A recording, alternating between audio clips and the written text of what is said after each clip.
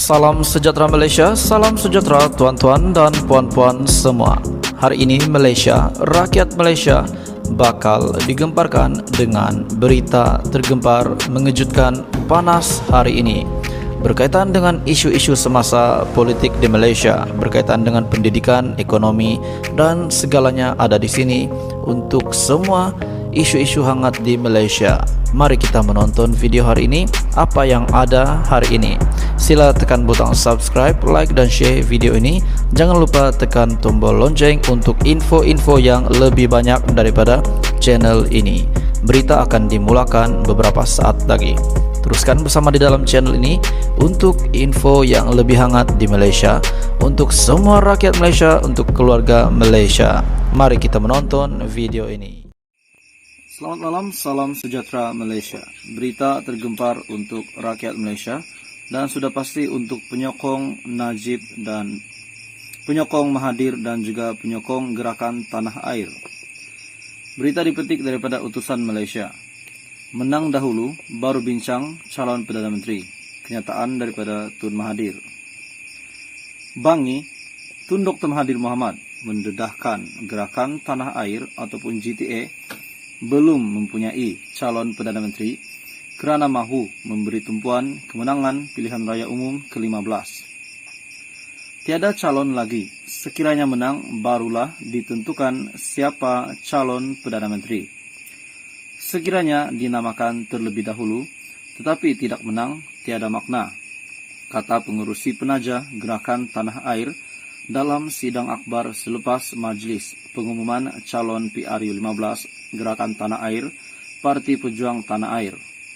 Bekas Perdana Menteri itu berkata, pihaknya mahu memastikan Malaysia tidak dirosakkan oleh pihak tidak bertanggung jawab.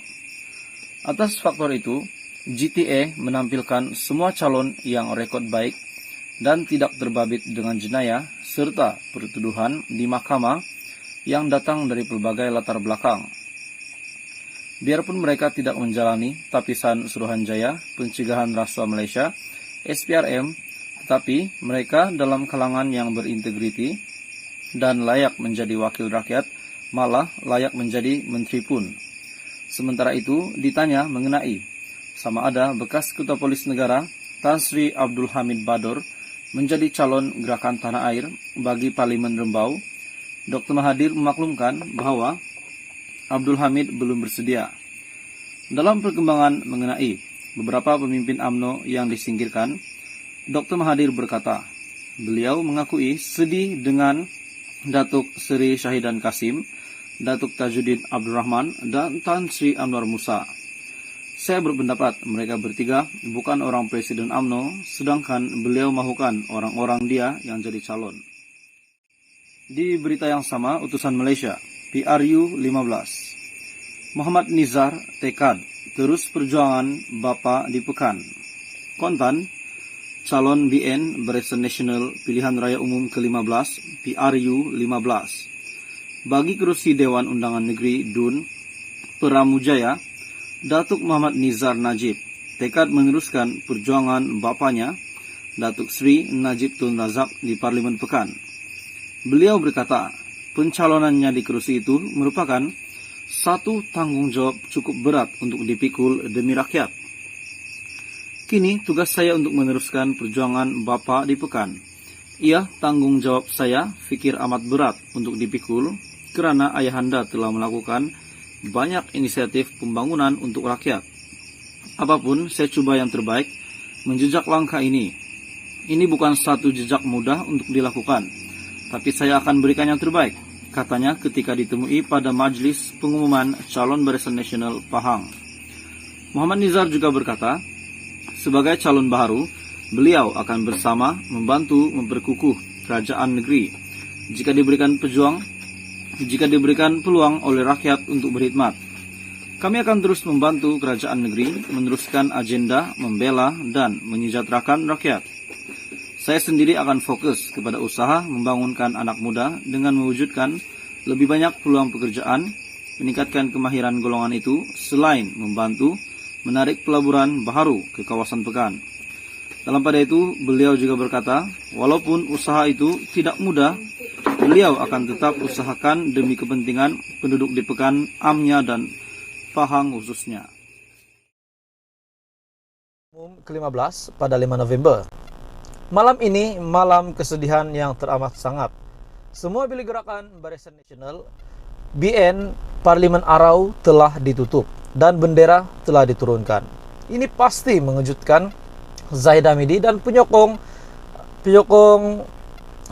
BN, yaitu ataupun penyokong di Parlimen Arau, penyokong Barisan Nasional di Parlimen Arau, Datuk Seri Syahidan Kasim. Kali pertama dalam sejarah itu adalah yang diucapkan oleh Syahidan.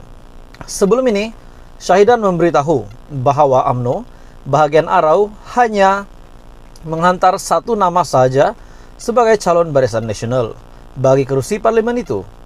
Keputusan untuk meletak satu saja nama tersebut diputuskan jawatan kuasa UMNO bahagian Arau dan bukan ditentukan oleh dirinya, katanya. Sejak 10 Oktober yang lepas, selepas Parlimen 14 dibubarkan, Syahidan menjalankan beberapa gerak kerja di UMNO bahagian Arau yang diketuainya sejak beberapa tahun yang lepas. 3 hari lalu pula, beliau melancarkan jentera gerak kerja Barisan Nasional Parlimen Arau bagi menghadapi PRU 15. Namun usahanya itu mungkin tidak dilihat ataupun tidak dipandang Zahid Hamidi, ataupun mungkin walaupun beliau melakukan itu, berusaha, tetapi beliau tetap sudah rasmi digugurkan oleh UMNO. Sejak kebelakangan ini juga, Syahidan yang bertentangan pendapat dengan Presiden UMNO yang juga pengurusi Barisan Nasional, Datuk Seri Ahmad Zahid Hamidi, dilaporkan tidak akan dicalonkan lagi untuk mempertahankan kerusinya. Rupanya Syahidan pada masa ini bertentangan dengan Presiden UMNO. Adakah ini akan menjadi perpecahan ataupun berpecah belah UMNO BN selepas kita mengetahui apa yang berlaku di dalam UMNO, di mana Syahidan Kasim sendiri telah mengakui bahwa beliau ini tidak lagi sependapat dengan Zahid Hamidi. Dan sudah pasti kita tahu menteri-menteri yang lain juga ataupun pemimpin-pemimpin dalam UMNO juga pernah digugurkan jawatan hanya karena mereka tidak bersependapat dengan Zahid Hamidi, bukan Syahidan Kasim saja. Agenda Daily, yaitu artikel hari ini yang saya petik, sedang menghubungi Syahidan bagi mendapatkan pengesahan dan maklumat lanjut. Sementara itu, status Datuk Zahidi Zainul Abidin masih belum terjawab, sama ada beliau bakal digugurkan atau dikekalkan bagi mewakili Barisan Nasional mempertahankan kursi parlimen. Selain daripada itu, tuan-tuan dan puan, ini juga satu berita paling mengejutkan. Bukan itu saja yang saya mention tadi ataupun yang kita dengar tadi.